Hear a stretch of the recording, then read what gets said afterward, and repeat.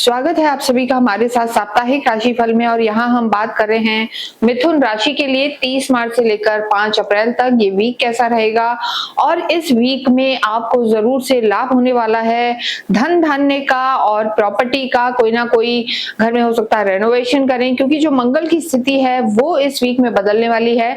मंगल 2 अप्रैल को अपना राशि परिवर्तन करेंगे। पहले चल रहे हैं वो कुंभ में और वहां से निकलकर प्रवेश करेंगे मीन में और सीधे दृष्टि देंगे आपके चौथे घर को। तो यहाँ पर जरूर से सुख सुविधाएं बढ़ेंगी और यहाँ पर आपको प्रॉपर्टी से भी कहीं ना कहीं लाभ होगा, ये स्थिति रहेगी इस वीक में। साथ ही जब भी हम साप्ताहिक राशिफल की बात करते हैं तो चंद्रमा इंपॉर्टेंट होते हैं और चंद्रमा इस पूरे ही वीक सिंह में रहेंगे, उसके बाद कन्या में और उसके बाद वो तुला और वृश्चिक में रहेंगे। लेकिन जब भी चंद्रमा 4th हाउस 8th हाउस या 12th हाउस में होते हैं तो कहीं ना कहीं उसके शुभ परिणामों में जो हम कहेंगे कमी आ सकती है। तो चौथे घर में चंद्रमा लगभग आपके 2 तारीख को रहेंगे। 2 और 3 तारीख को थोड़ा सा आपको ध्यान रख के चलना है, कोई भी मेजर डिसीजन नहीं लेना है। चंद्रमा की दृष्टि देखिए मंगल पर भी रहेगी, हालांकि तो लक्ष्मी योग तो बनेगा यहाँ पर, लेकिन शनि पर भी रहेगी जो विष दोष बनाएगी।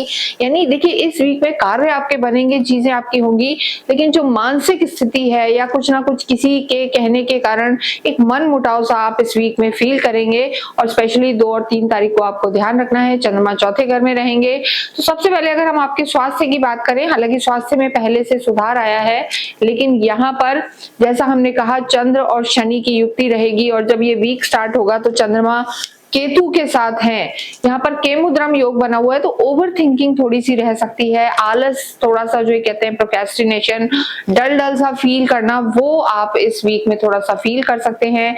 यानी एनर्जी कम लगेगी और स्टमक में कोई ना कोई दिक्कत बनी रहेगी, तो इस चीज का ध्यान रखना है। साथ में स्किन का भी ध्यान रखना है, स्किन एलर्जीज वगैरह आपको परेशान कर सकती हैं।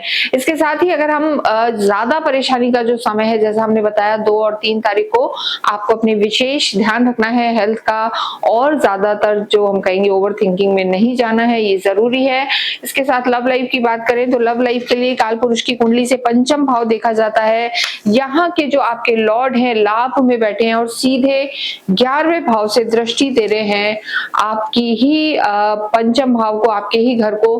तो ये स्थिति बहुत बहुत अच्छी है। लव लाइफ के लिए हम जरूर कहेंगे कि ये वीक आपके लिए अच्छा रहने वाला है। बीच में just middle of the week जो 2 और 3 तारीख है वहां पर एग्रेशन में ना जाएं, वहां विष दोष बना हुआ है, तो थोड़ा सा मन मुटाव बीच में किसी के कारण हो सकता है। लेकिन आप उस बात को अगर बहुत नहीं खींचते तो लव लाइफ यहाँ पर अच्छी नजर आ रही है। क्वालिटी टाइम स्पेंड करेंगे, रोमांस बढ़ेगा, आपस के लिए जो हम कहेंगे एक अंडरस्टैंडिंग भी यहाँ पर बढ़ेगी। वैवाहिक जीवन के लॉर्ड गुरु हैं और देखिए गुरु इस समय आप ही की राशि में है और मार्गी हो चुके हैं, अतिचारी रूप में चल रहे हैं। गुरु की जो दृष्टियां हैं पंचम, सप्तम और नवम पर हैं, बहुत बहुत अच्छी स्थिति है। धर्म त्रिकोण भी आपका एक्टिव है और फैमिली प्लानिंग और मैरिज के लिए समय बहुत अच्छा है। शुक्र और गुरु दोनों एक सौम्य प्लैनेट हैं और ऐसे प्लैनेट्स हैं जो आपकी सुख समृद्धि को बढ़ाने वाले और रिश्तों को संभालने वाले होते हैं। तो दोनों की स्थिति मिथुन राशि के लिए अच्छी बनी हुई है। भाग्य आपका यहाँ पर साथ देगा, स्थितियां बेहतर होंगी और लाभ के योग रहेंगे। क्योंकि कर्म क्षेत्र को जब हम देखते हैं तो सूर्य का कर्म क्षेत्र में होना और मंगल का भी यहाँ आ जाना महाबली स्थिति होती है। सूर्य और मंगल यहाँ पर इन्हें एक एक्स्ट्रा बल मिलता है, दिशा बल, और ये मजबूत स्थिति में रहते हैं तो स्थितियां अच्छी रहेंगी। लेकिन देखिए यहाँ पर गवर्नमेंट से फायदे होंगे, प्रॉपर्टी में फायदे होंगे, कोई आपका मैन्युफैक्चरिंग से रिलेटेड काम है, मशीनरी से रिलेटेड काम है, उसमें भी फायदे होंगे।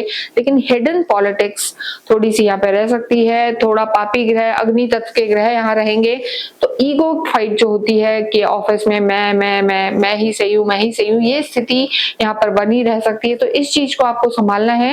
लेकिन जब मंगल सूर्य शनि साथ चलेंगे तो घर में कोई ना कोई नया वाहन, नई गाड़ी या घर या रेनोवेशन कुछ नया यहाँ पर एड ऑन होगा, तो स्थितियां आपके लिए बेहतर हैं और कार्य क्षेत्र भी बेहतर है। लेकिन जो हमने डेट्स बताई हैं 2 और 3, यहाँ आपको पैसे के लेन देन को संभल के करना है, जल्दबाजी में निर्णय नहीं लेना है। आध्यात्मिक देखिए आप होते हैं और विद्यार्थियों की स्थिति अगर हम देखें तो विद्या के लिए क्रिएटिव फील्ड्स इस वीक में हम कहेंगे जो बच्चे कुछ ना कुछ क्रिएटिव फील्ड में है, फाइन आर्ट्स में है या MBA BBA करना चाह रहे हैं, मैनेजमेंट, कॉमर्स बैकग्राउंड के हैं उन्हें यहाँ पर सफलता मिल सकती है। आध्यात्मिक आप होते हैं और गुरु का आप ही की राशि में होना बहुत प्रबल, यहाँ पर धर्म त्रिकोण आपका एक्टिव है, बुद्धि धार्मिक रहेगी। जो लंबे समय से पूजाएं कर रहे थे अब और मन आपका सात्विक पूजाओं में रहेगा और गुरु यहाँ रहकर आपके भाग्य को नवम दृष्टि से देख रहे हैं, तो भाग्य में भी बहुत जो हम कहेंगे फायदा होगा। केतु भी देख रहे हैं, लेकिन देखिए राहु केतु और गुरु की जो स्थिति है ये अध्यात्म को बढ़ाने वाली है, जिसे कहते हैं ना मोक्ष दिलवाने वाली। तो ये स्थिति मिथुन राशि की रहेगी। धार्मिक यात्राएं होंगी और आपके घर में भी धार्मिक आयोजन होंगे, तो स्थितियां यहाँ पर बहुत बेहतर हैं। बस आपको जो सबसे ज्यादा ध्यान देने की जरूरत है, यहाँ पर आप अपने देखिए आइसोलेशन आपको फील ना हो, क्योंकि केमुद्रम योग शुरू में चंद्रमा का रहेगा, यानी जब ये वीक स्टार्ट होगा या मिडिल ऑफ द वीक में चंद्रमा थोड़े से विष दोष को भी बनाएंगे। तो ओवर थिंकिंग में नहीं जाना, एंजाइटी डिप्रेशन से बचना है, प्रॉपर वर्कआउट वगैरह करना है, अपने नियम को बना के रखना है। जितना हो गणपति की आराधना करें, ओम गंगनपते नमः का जाप करें, गणेश चालीसा पढ़ें, गणपति अथर्वशीष पढ़ें और बुधवार के मंदिर दिन आप अवश्य ही गणपति के मंदिर जाएं और उन्हें दूर्वा या इलायची अवश्य चढ़ाएं। इससे आपके सारे रुके हुए काम बनेंगे। इसके साथ ही इस वीडियो को मैं समाप्त करते हैं। कमेंट बॉक्स में आप अवश्य ही ओम गंगनपते नमः या ओम बुद्धाय नमः लिखें। Thank you.